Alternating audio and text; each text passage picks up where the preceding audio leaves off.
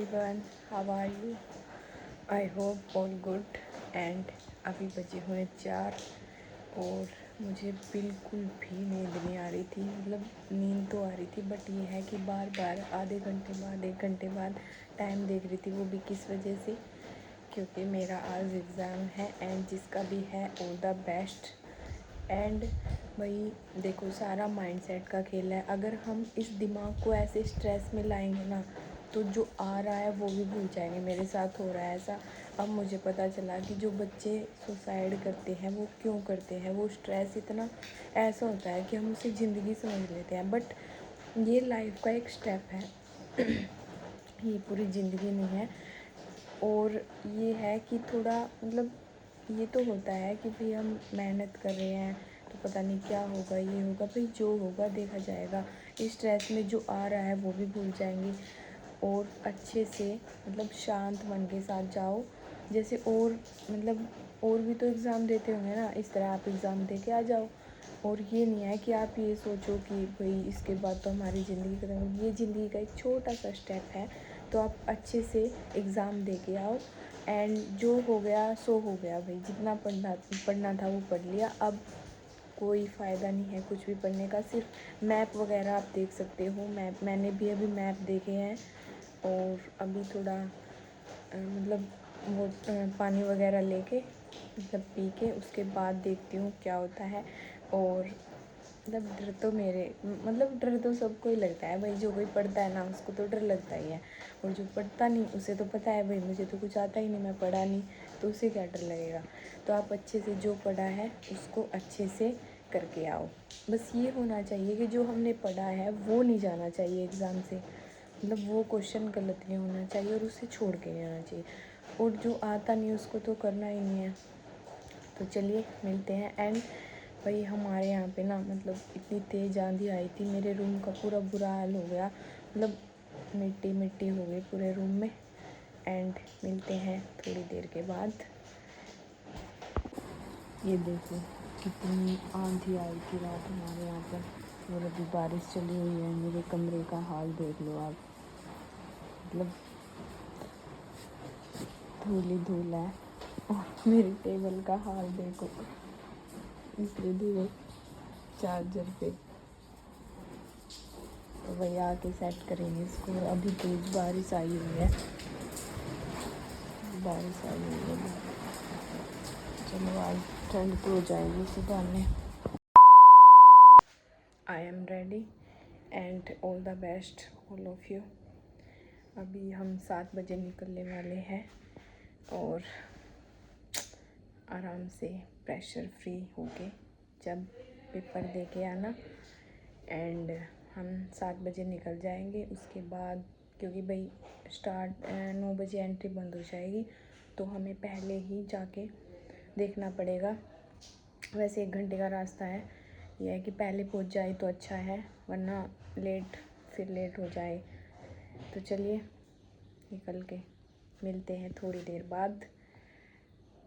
ये हम गांव से निकल चुके और मतलब भाई प्रेशर बहुत ज़्यादा, मतलब ऐसा हो रहा है कि पूरी लाइफ का एक ही एम है कि यूपीएससी का पेपर देना। एंड उसको देने के बाद ये होगा कि हाँ कुछ पता नहीं क्या रिज़ल्ट आएगा क्या नहीं। अभी फ़िलहाल तो एग्ज़ाम का प्रेशर बना हुआ है। उसके बाद मैं अपना फर्स्ट मतलब जीएस का पेपर देने गई। And all the best all of you. I know कि ये व्लॉग मेरा बहुत ज़्यादा लेट हो चुका है, क्योंकि भाई बीच में कुछ इतने अर्जेंट काम आ रहे थे कि मैं आपको मतलब इतने पेंडिंग पड़े थे ना कि कभी ये कभी वो, मतलब बहुत कुछ था। तो फिर मैंने ये बाद में ही एडिट किया है व्लॉग। और अच्छा ऐसा किस किस के साथ होता है, जब भी आपका एग्ज़ाम होता है तो आप मतलब खा के जाते हो या बिना खाए जाते हो? भाई मैं तो भूखी जाती हूँ, क्योंकि मुझसे फिर बैठा नहीं जाता खा के। मैं कुछ भी नहीं खा के जाती, ओनली लिक्विड लेती हूँ। एंड फिर मैंने ये लास्ट जो सी सेट वाला था वो सी सेट वाली क्लिप है ये। और फिर हम चलने लगे घर की तरफ। भाई आप बताना आपका एग्ज़ाम कैसा गया। एंड सभी मतलब पेपर बस बाद में बताऊंगी आपको कैसा था कैसा नहीं, और मेरा कैसा गया, किस तरह मेरी जो टाइम मैनेजमेंट है मैंने कैसे किया। और ये है कि जो लास्ट ईयर वाला एग्ज़ाम था ना, वो मतलब इजी टू मॉडरेट था, वो अच्छा पेपर था वो। और अब की बार तो आप जिसने दिया है उसको पता ही होगा कि क्या कैसा रहा, कैसा था एग्ज़ाम। एंड जो कुछ एलिमिनेशन वाले क्वेश्चन थे वो भी मतलब टाइम मैनेजमेंट की वजह से वो भी गड़बड़ हो गए, और मोस्टली तो हो गए थे ठीक। बट चलो कोई नहीं, अब तो देखा जाएगा जैसा भी होगा।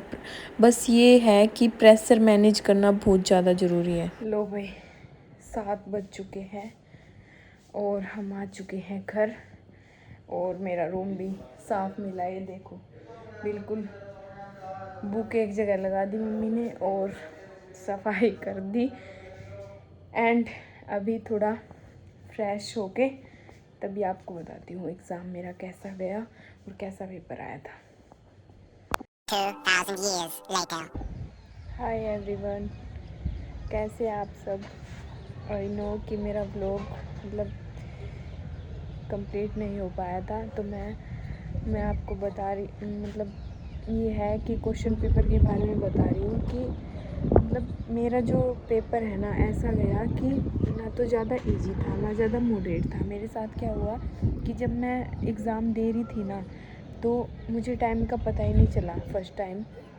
मतलब जीएस का एग्ज़ाम देते रहते हैं ना, उसमें ऐसा रहता है कि 1 से 1.5 घंटे में पेपर हो जाता है। बट इसमें क्या हुआ, मतलब टाइम का पता ही नहीं चला, इतना लेंथी एग्ज़ाम था ना।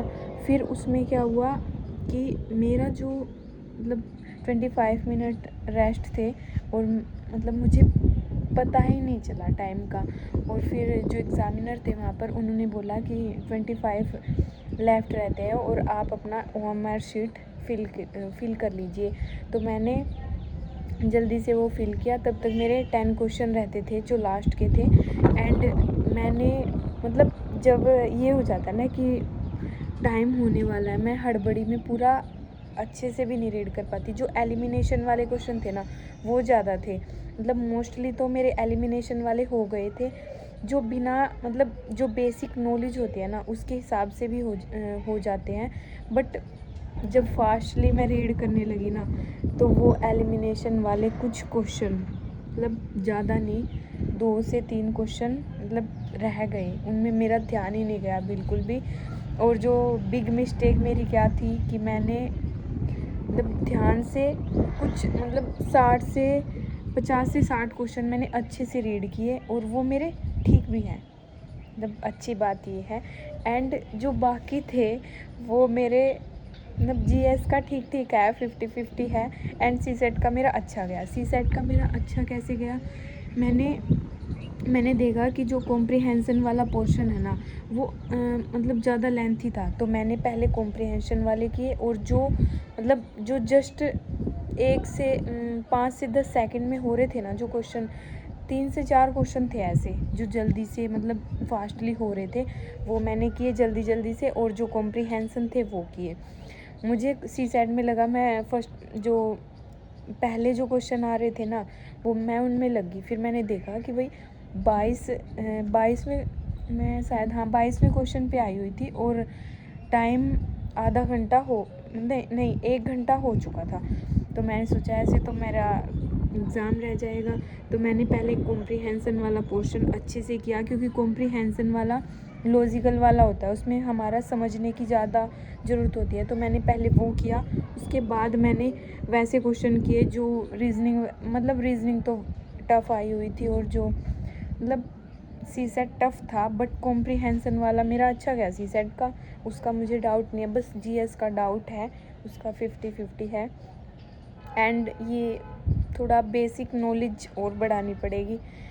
एंड मैं अभी स्टार्ट कर रही हूँ, थोड़ा ऑप्शनल करूँगी, उसके बाद अपना आंसर राइटिंग पे जाऊँगी धीरे धीरे, क्योंकि एकदम से वर्क लोड होने के बाद एकदम थोड़ा स्ट्रेस फ्री होके 2-3 दिन ब्रेक लेके उसके बाद स्टार्ट करेंगे।